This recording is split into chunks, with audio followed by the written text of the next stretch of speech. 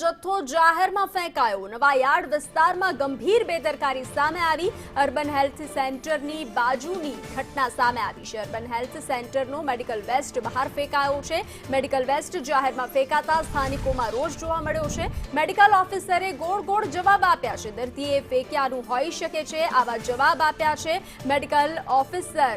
અમે તો દર્દીને દવા આપીએ છીએ, આવી વાત મેડિકલ ઓફિસરની સામે આવી છે। અમે તપાસ કરીશું।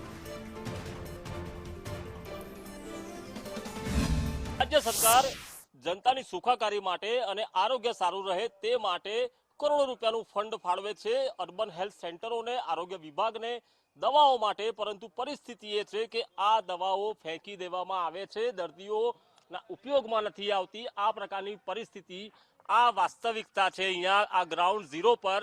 આ નવાયાર્ડ વિસ્તાર છે કે જ્યાં અહીંયા એક તરફ તો અર્બન હેલ્થ સેન્ટર આવેલું છે, તેની બાજુમાં આ જે ખાલી જગ્યા છે ત્યાં આ પ્રકારે આ દવાઓ જે છે, ટેબ્લેટ્સ છે, પેરાસિટામોલ છે, તે અહીંયા ફેંકી દેવામાં આવી છે। મંજુલાબેન, આ મેડિકલ વેસ્ટ છે, આ પેરાસિટામોલની ગોળીઓ અહીંયા પડી છે, આ કેટલું ઘાતક છે એના લોકો માટે? ઘાતક તો સર, જો નાના નાના છોકરાઓ અહીંયા આગળ ફરે છે, બાજુમાં 3 આંગણવાડીઓ છે, અહીંયા આગળ કેટલાક એવા ગરીબ બાળકો રમવા આવતા હશે, એ લોકો જો આ દવાઓ ખાઈ લે તો કદાચ અકાળે એ લોકોને રિએક્શન આવી જાય, એ લોકોનું કંઈક મોટી જાનહાનિનો દાવો બી થઈ શકે છે। એના માટે આરોગ્ય તંત્રને અમારી અપીલ છે કે આ લોકો આવા વેસ્ટ અને ખરેખર અમુક દવાઓ તો હજુ ચાલે એવી છે, તો એવી દવાઓ ફેંકવાનું કારણ શું નવા સ્ટોક મંગાવવા માટે, શું ભ્રષ્ટાચાર કરવા માટે?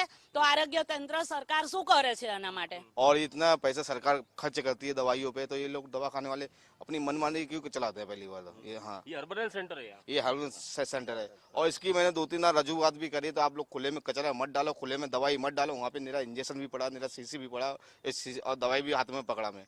अभी इसकी 7 महीने बाकी है अभी डेट जाने में। मतलब तो એવું થાય, પહેલા તમે બહારથી ખરાબ થઈ જાઓ, પછી અમારી જોડે આવો અને અમે તમને દવા આપીએ કે ના આપીએ એ બધી કૂડામાં જાય, પણ કાગળિયા પર તમારા નામની દવાઓ બોલી જાય।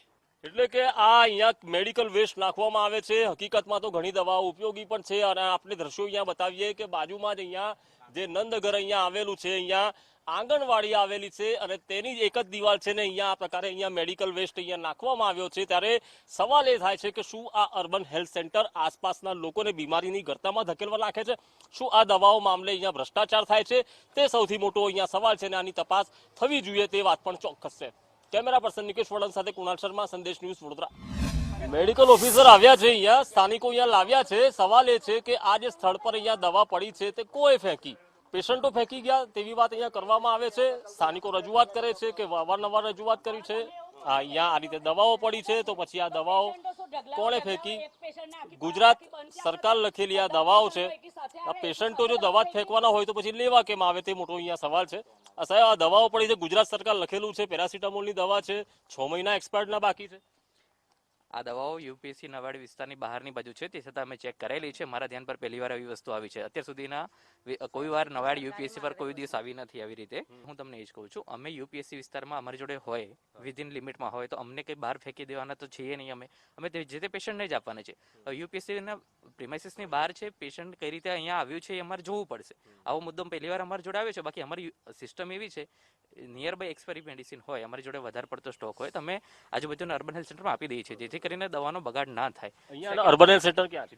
બીજું એકતાનગરમાં જ છે, બાજુમાં જ છે, એટલે અમારે એનો કોઈ ઇસ્યુ થતો જ નથી। અહીંયા ઓવરસ્ટોક કે આ ફેંકેલી છે તો ગંભીર બાબત છે। બહાર ક્યાંથી આવી એ તપાસ બાબત ગંભીર છે નહીં, બાબત ગંભીર તો ઓબ્વિયસ થિંગ છે। કોઈ પણ હોય, દવા હોય કે ગમે તે વસ્તુ હોય, એનો બગાડ કઈ થતો હોય તો આ એક તપાસનો વિષય છે, અમે જોઈ લઈએ છીએ એનું કઈ રીતે અહીંયા ક્યાંથી આવે છે એ વસ્તુ। મેડિકલ ઓફિસર એવું કહે છે કે અમે તપાસ કરાવીશું, પરંતુ જ્યારે સંદેશ ન્યૂઝને ખબર પડતી હોય તો પછી મેડિકલ ઓફિસર તો બાજુમાં જ બેસે છે, તેમને કેમ નથી ખબર પડતી? એટલે આ ખાડા કાન કરવાની વાત છે અને આ ગંભીર બેદરકારી લોકો માટે ખતરારૂપ બની શકે છે। કેમેરા પર્સન નિકેશ વડન સાથે કુણાલ શર્મા, સંદેશ ન્યૂઝ, વડોદરા।